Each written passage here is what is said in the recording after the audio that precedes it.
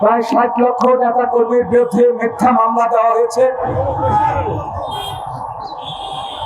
যে মামলায় তারা মিথ্যা কারাবরণ করেছেন আমাদের নেত্রী দেশনেত্রী বেগম খালেদা জিয়া,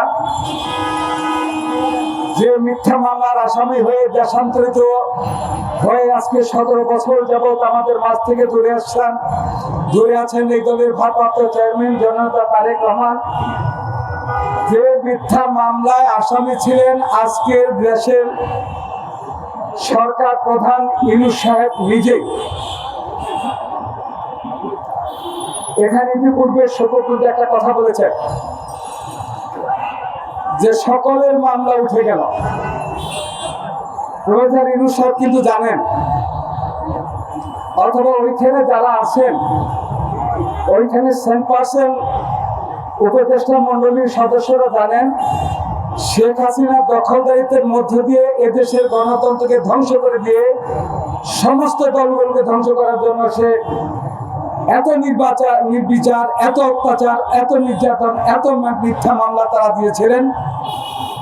এবং ওই সরকারের মধ্যে যারা আছে তারাও কিন্তু আমাদের মাঝে আজকে আমরা যার কথা বলছি, অনেকে টকশো করে শেখ হাসিনাকে ঝাড়ু পেটা করেছেন, অনেকে এই প্রেস ক্লাব থেকে শেখ হাসিনাকে ঝাড়ু পেটা করেছেন।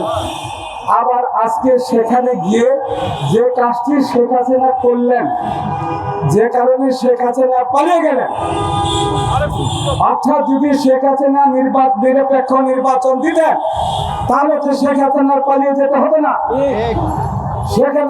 শেখ হাসিনা যদি মিথ্যা মামলা দিয়ে ইউনূস, বেগম খালেদা জিয়া, তারেক রহমান সহ আমাদের বিরুদ্ধে এই 60 লক্ষ মামলা না দিতেন তাহলে তার পালিয়ে যেতে হতো না।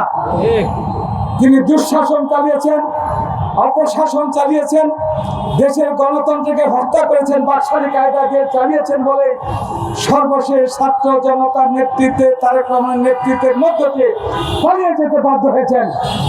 আমরা সেই পালিয়ে যাওয়ার পরে ইউনূস সাহেব ক্ষমতায় আসলেন। যেটা বলেছি, তিনি তো শপথ নিয়েছেন, দেশের জন্য শপথ নিয়েছেন, গণতন্ত্রের জন্য শপথ নিয়েছেন, মানুষের অধিকার মানুষকে ফিরিয়ে দেওয়ার জন্য শপথ নিয়েছেন। আজকে কি শপথ ভাঙ্গার পর্যায়ে পড়ে নাই? 9 মাসের জন্য তো আপনাকে দেওয়া হয় নাই, জাতি আপনাকে দেয় নাই, কোনো ভোটের মাধ্যমে তো আপনাকে সেখানে বসানো হয় নাই। হ্যাঁ, জনগণের প্রতিনিধিত্ব যারা করে, বাংলাদেশের প্রায় 90% লোক প্রতিনিধিত্ব করে বর্তমানে বাংলাদেশ জাতীয়তাবাদী দল, এবং তার নেতৃত্বে এই দলের সাথে যে সমস্ত দলরা আছে তাদেরকে এই দলের মত আদর্শ নিয়ে এবং সরকার বিরোধী মিলে সমস্ত নেতৃবৃন্দরা সেই দিন আলোচনার সাপেক্ষে প্রফেসর ইউনূসকে বসিয়েছিলেন। সে আলোচনাটা ছিলটা কি? সে আলোচনাটা ছিল যে প্রফেসর ইউনূসের মধ্য দিয়ে ন্যায়সঙ্গত বা জরুরি ভিত্তিতে নির্বাচনের মধ্য দিয়ে কি নির্বাচিত সরকার দিবেন। আলোচনা ছিল ওই স্বৈরাচারী সরকারের বিরুদ্ধে দ্রুত বিচার ব্যবস্থার মধ্য দিয়ে এই সরকারের গণতান্ত্রিক রাষ্ট্র ব্যবস্থার মধ্যে ধরা করিয়ে দেওয়া। যেটা আজকে সে সরকার জনগণের কাছে আজকে প্রস্তুত হয়েছে, জনগণ আজকে ঐক্যবদ্ধ আবার হচ্ছে, জনগণের রোষানলে পড়ছে সরকার।